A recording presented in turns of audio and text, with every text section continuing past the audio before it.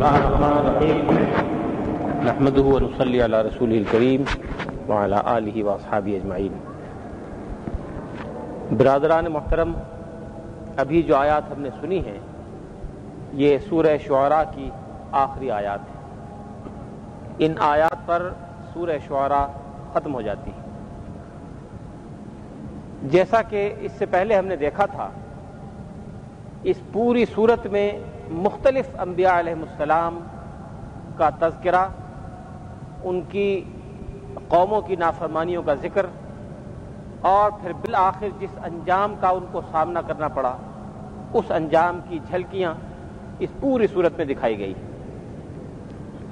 یہ سب واقعات بیان کرنے کے بعد اب آخر میں اہل ایمان کو اور حضور علیہ الصلاۃ والسلام کو چند ضروری ہدایات دی گئی ہیں جو اس سورت کی ان آخری آیات کا موضوع ہے۔ قرآن مجید جب ان واقعات کو بیان کرتا ہے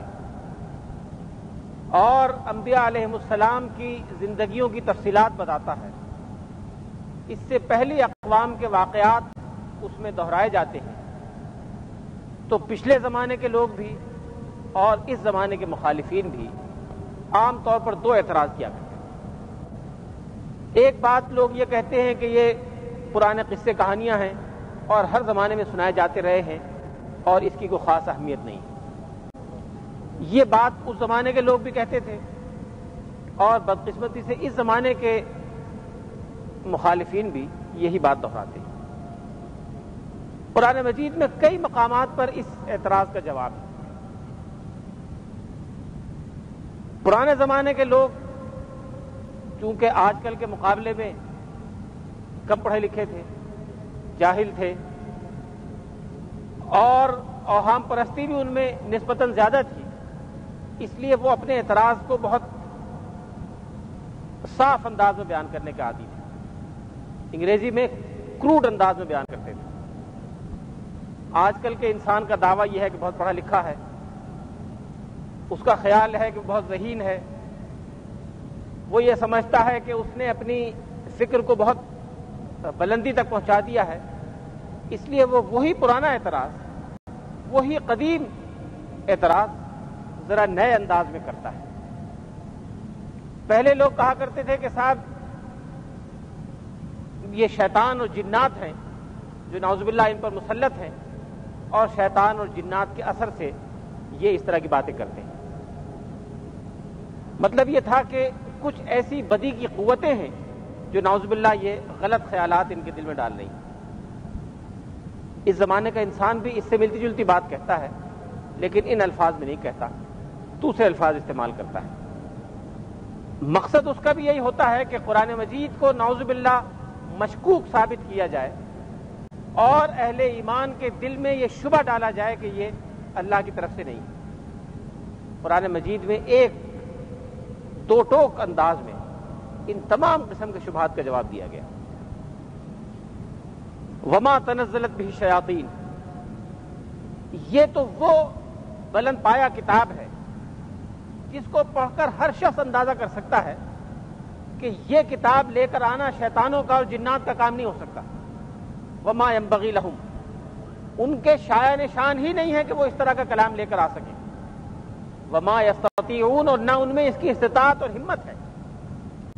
اس کلام کا مقام و مرتبہ، اس کلام کی عظمت، اس کی پاکیزگی اور اس کی بلندی کا جس شخص کو ذرا سا بھی اندازہ ہے، اس کا دل خود بخود اس بات کی گواہی دے گا کہ یہ وہ کلام نہیں ہے جس کو ہر کس و ناکس لے کر اترا ہے، یہ تو خاص اللہ رب العزت کی براہ راست نگرانی میں اس کے مقرب ترین ملائکہ اور مقرب ترین فرشتے لے کر آئے ہیں، مقرب ترین انسان اور دیانتدار ترین انسان پر لے کر آئے۔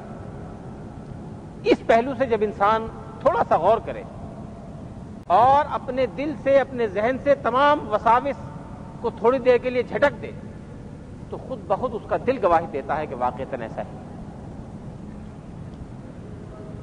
یہ بات ارشاد فرمانے کے بعد پھر حضور علیہ الصلاۃ والسلام سے اور آپ کے ذریعے سے مسلمانوں سے، اہل ایمان سے، یعنی حضور علیہ الصلوۃ والسلام کے متبعین سے دو باتیں ارشاد فرمائیں گی۔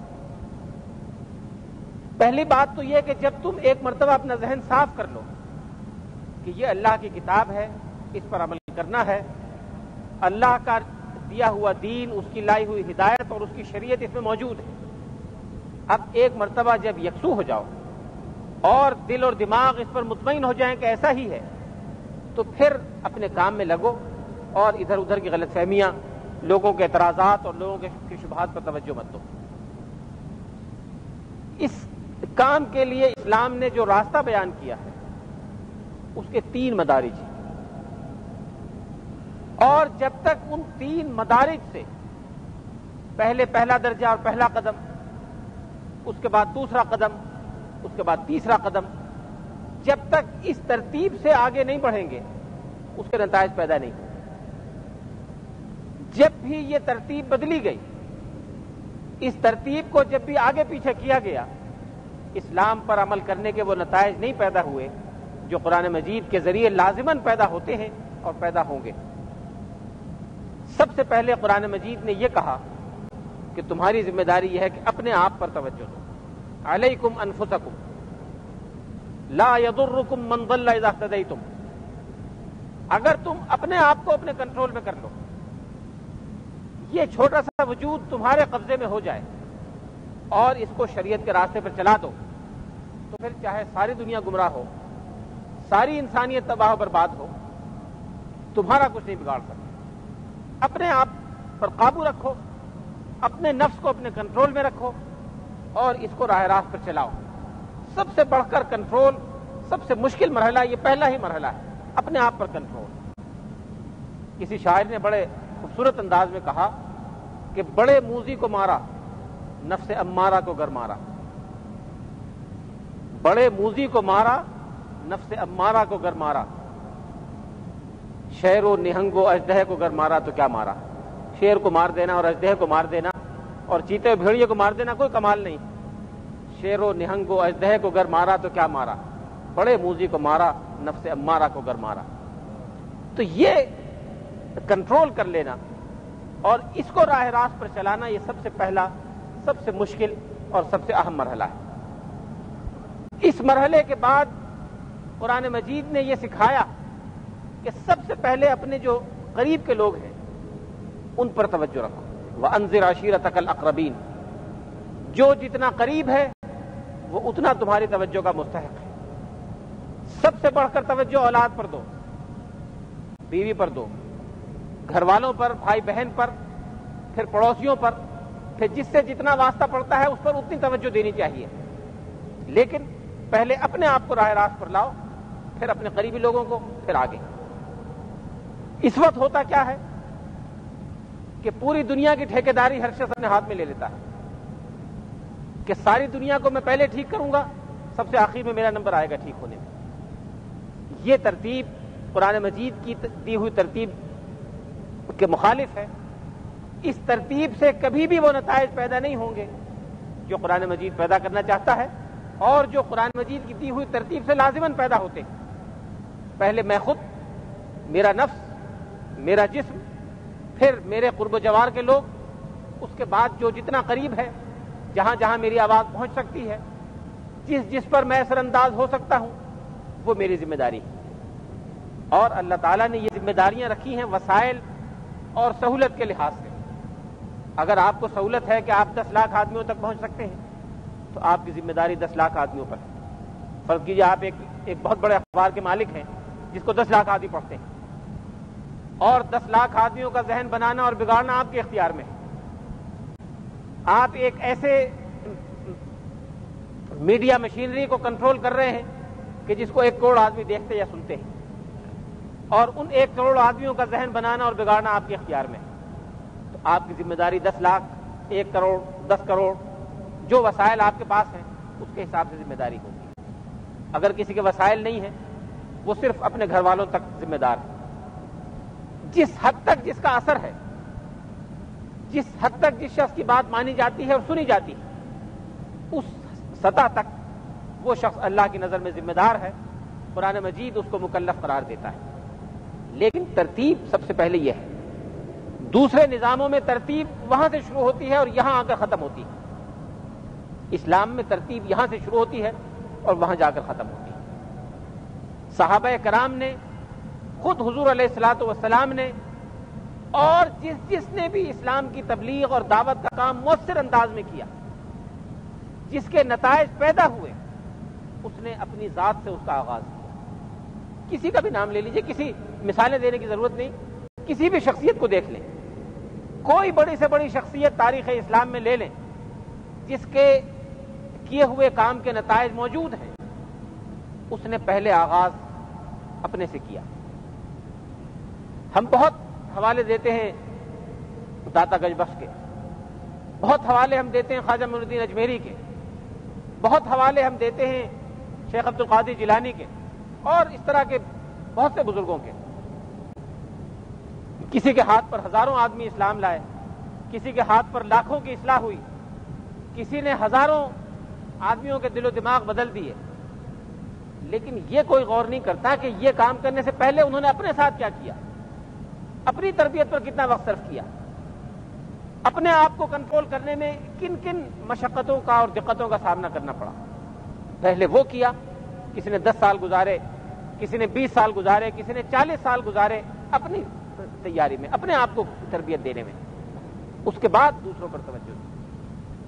تو قرآن مجید کا پہلا سبق جو ان آیات میں ہے، حضور علیہ الصلوۃ والسلام کو خطاب فرمایا گیا اور آپ کے ذریعے انسانوں کو. یہ خطاب ہمارے لیے ہے. حضور علیہ الصلوۃ والسلام تو اللہ کے نبی تھے، اللہ کے مقرب ترین انسان تھے، ان کے ذریعے یہ سبق ہمارے لیے ہے. وَأَنذِرْ عَشِيرَتَكَ الْأَقْرَبِينَ، سب سے پہلے جو اپنے قریب ترین لوگ ہیں ان کو راہ راست پر لاؤ، اللہ کے کلام سے ان کو متنبہ کرو، ان کو آگاہ کرو.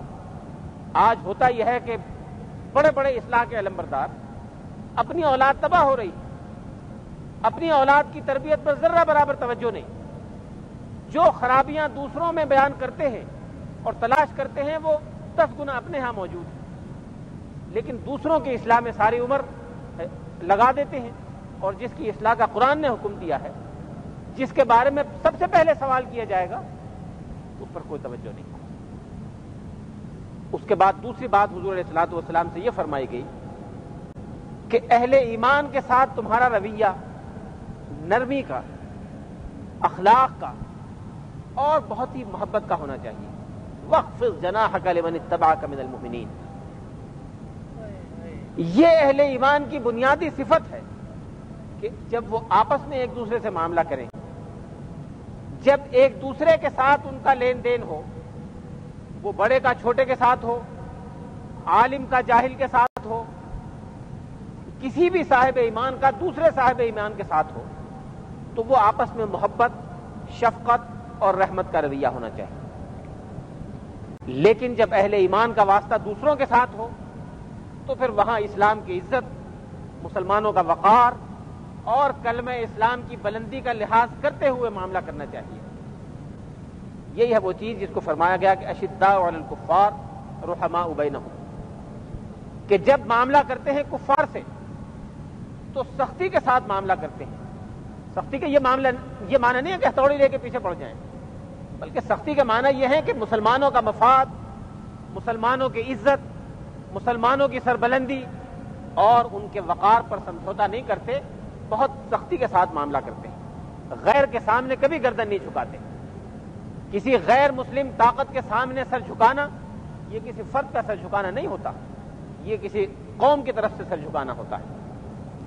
کسی اہل اسلام کا، حضور علیہ الصلوۃ والسلام کے ماننے والے کا کسی غیر مسلم کے سامنے ہاتھ پھیلانا، کسی غیر مسلم کے سامنے مسلمانوں کے لیڈر کا سر جھکا دینا، یہ اتنی بڑی توہین ہے اسلام کی اور اہل اسلام کی کہ قرآن مجید اس کی کبھی اجازت نہیں دیتا. لیکن جب معاملہ ہو آپس کا تو پھر رحماء بینہم، آپس میں ایک دوسرے کے ساتھ رحم دل ہوتے ہیں، ایک دوسرے کے ساتھ ان کا رویہ شفقت اور ہمدردی کا ہوتا ہے، شفقت اور محبت کا ہوتا ہے، اور آپس میں وہ تعلقات ہوتے ہیں جو بھائی کے بھائی کے ساتھ.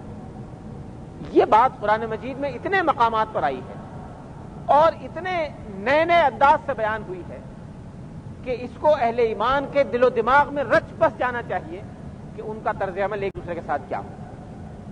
جب حضور علیہ الصلوۃ والسلام کو یہ ارشاد فرمایا گیا، حضور سے خطاب ہے، اس ہستی سے خطاب ہے جس کے بارے میں اللہ نے گواہی دی ہے کہ انک لعلی خلق عظیم، کہ تم بلا شک و شبہ اعلیٰ ترین اخلاق پر فائز ہو، بلند ترین مقام جو اخلاق کا ہو سکتا ہے اس پر تم فائز ہو۔ لیکن آپ کو ہدایت جب دی گئی کہ وخفض جناحک لمن اتبعک من المؤمنین، کہ جو اہل ایمان آپ کی پیروی کرتے ہیں، آپ کے دائرے میں داخل ہو چکے ہیں، آپ پر ایمان لائے ہیں، ان کے ساتھ نرمی اور شفقت کا رویہ اختیار کریں۔ تو جب حضور کو یہ ہدایت ہے تو عام انسان کو سمجھ لینا چاہیے کہ اس کے لیے کیا ہدایت ہوگی۔ اس کے بعد ارشاد فرمایا گیا کہ کچھ لوگ یہ کہتے ہیں، یہ تو ایک ضمنی ہدایت تھی، آخری بات جو اہم ارشاد فرمائی گئی اس پوری صورت میں، جس کی وجہ سے اس کا نام سورہ شعراء ہے، وہ یہ کہ جب اسلام کی دعوت لوگوں کو دی جاتی ہے اور یہ ساری تعلیم بیان کی جاتی ہے تو لوگ کہتے ہیں شاعرانہ باتیں۔ پرانے زمانے میں بھی لوگ کہتے تھے، اس زمانے میں بھی کہتے ہیں کہ صاحب یہ شاعرانہ باتیں ہیں، قابل عمل نہیں ہیں۔ یہ لکھے جانے میں تو بہت اچھی چیزیں ہیں، تقریر میں بڑی خوبصورت معلوم ہوتی ہیں، گفتگو میں بہت بھلی لگتی ہیں کانوں کو، اور کوئی تحریر اگر خوشائند بنانی ہو، خوشنما بنانی ہو تو یہ واقعات بہت اچھے ہیں اس کام کے لیے، لیکن اس پہ عمل نہیں ہو سکتا۔ شاعری اسے کہتے ہیں، شاعری وہی ہوتی ہے جس کو لوگ لذت کے لیے سنتے ہیں، بیان کرنے والے اپنے زور بیان کے لیے اس کو پیش کرتے ہیں دوسروں کے سامنے، سنانے والے کو بھی عمل کرنا مقصود نہیں ہوتا، سننے والا بھی سمجھتا ہے اور جانتا ہے کہ کوئی عمل کرنے کی چیز نہیں ہے، سنانے والا مزہ لینے کے لیے سناتا ہے، سننے والا لذت لینے کے لیے سنتا ہے۔ شاعری اسی کا نام ہے۔ اب دیکھیے کہ کیا واقعتاً اللہ کی شریعت کو اور قرآن مجید کو اسی درجے پر اہل ایمان نہیں لے آئے کہ بیان کرنے والے بیان کر دیتے ہیں زور پیدا کرنے کے لیے، گفتگو کو مؤثر بنانے کے لیے، خوبصورت بنانے کے لیے، اور سننے والے سن لیتے ہیں اسی مقصد کے لیے، سر دھن لیتے ہیں، واہ واہ کہتے ہیں اور بس۔ لہذا پہلے لوگوں میں اور آج کے لوگوں میں حقیقت کے لحاظ سے کوئی فرق نہیں ہے۔ وہ زبان سے بھی کہتے تھے کہ شاعری ہے، آج کل کا آدمی زبان سے تو نہیں کہتا، لیکن رویہ اس نے وہی رکھا ہے، سلوک اس نے وہی کیا ہے قرآن کے ساتھ اور شریعت کے ساتھ جو شاعری کے ساتھ ہوتا ہے۔ اس میں یہ ارشاد فرمایا گیا کہ یہ کلام شاعروں کا کلام نہیں، اور یہ پیغام شاعروں کے پیغام سے کوئی تعلق نہیں رکھتا۔ شاعر تو عام طور سے وہ ہیں کہ یتبعہم الغاوون، عام طور سے گمراہ لوگ جن کی کوئی منزل مقصود نہیں ہوتی، جن کا کوئی سنجیدہ مقصد دنیا میں نہیں ہوتا، کوئی آئیڈیلز ان کے سامنے نہیں ہوتے، وہ شاعروں کی پیروی کرتے ہیں۔ اور تم دیکھو اگر تو پتہ چلے گا کہ شاعر کبھی ایک بات کہتا ہے، کبھی دوسری بات کہتا ہے، کبھی زمین آسمان کے قلابے مارتا ہے، کبھی ستارے توڑنے کی بات کرتا ہے، کبھی عرش کی بات کرتا ہے، کبھی فرش کی بات کرتا ہے۔ اس کا نہ کوئی منزل مقصود ہے، نہ اس کا کوئی ایک آبجیکٹو ہے، اور نہ کوئی واضح راستہ متعین ہوتا ہے شاعر۔ اس میں ایک استثناء اللہ نے کیا ہے، سارے شاعر ایسے نہیں ہوتے۔ ایک قسم شاعروں کی ایسی ہے جس میں یہ بری صفات نہیں پائی جاتی، وہ شعراء ہیں کہ جو اللہ پر ایمان لائے، جنہوں نے اعمال صالحہ سے اپنے آپ کو مزین کیا، اور اللہ سے کا ذکر اور اللہ کی یاد ان کے دل و دماغ پر حاوی ہے، اور اسلام کے حق میں، اسلام کے لیے، اسلام کی خاطر اپنی شاعرانہ صلاحیتوں کو استعمال کرتے ہیں۔ وہ تو اس سے مستثنیٰ ہیں۔ جو ان چار صفات کے علاوہ دوسرے شاعر ہیں وہ سارے کے سارے وہ ہیں کہ جن کی نہ کوئی منزل مقصود ہے، نہ کوئی واضح راستہ متعین ہے، نہ ان کے سامنے کوئی مقصود ہے، نہ ان کے کوئی آئیڈیلز۔ لہذا اگر قرآن مجید کو دیکھو تو خود بخود پتہ چل جائے گا کہ یہ شاعروں کا کلام نہیں ہو سکتا، اس لیے کہ نہ تو قرآن کی پیروی کرنے والے وہ لوگ ہیں جو گمراہ ہوں، نہ قرآن مجید مبہم باتیں کرتا ہے، اس کا پیغام تو واضح اور صاف ہے، اس کی منزل مقصود متعین ہے، جس راستے پر یہ چلنے کی تعلیم دیتا ہے وہ راستہ کھلا ہوا روشن راستہ سامنے ہے، لہذا یہ تو شاعروں کا کلام ہو ہی نہیں سکتا۔ یہ بات آخر میں ارشاد فرمائی گئی ہے اور یہاں یہ صورت ختم ہوتی ہے، اور پھر ایک تنبیہ کی گئی، نوٹس دے دیا گیا کہ ان چیزوں کے باوجود بھی اگر لوگ اعتراضات کرتے رہیں گے اور باز نہیں آئیں گے تو بہت جلد معلوم ہو جائے گا فَسَيَعْلَمُ الَّذِينَ ظَلَمُوا أَيَّ مُنقَلَبٍ يَنقَلِبُونَ، ظلم کرنے والوں کو جلد ہی معلوم ہو جائے گا کہ کس راستے پر وہ چل رہے تھے اور کون کون سے موڑ تھے جو انہوں نے مڑے، کون کون سے راستے تھے جو انہوں نے اختیار کیے۔ یہاں سورہ شعراء ختم ہوتی ہے۔ اب انشاءاللہ اگلی سورت اگلے جمعے سے شروع ہوگی۔ وآخر دعوانا ان الحمدللہ رب العالمین۔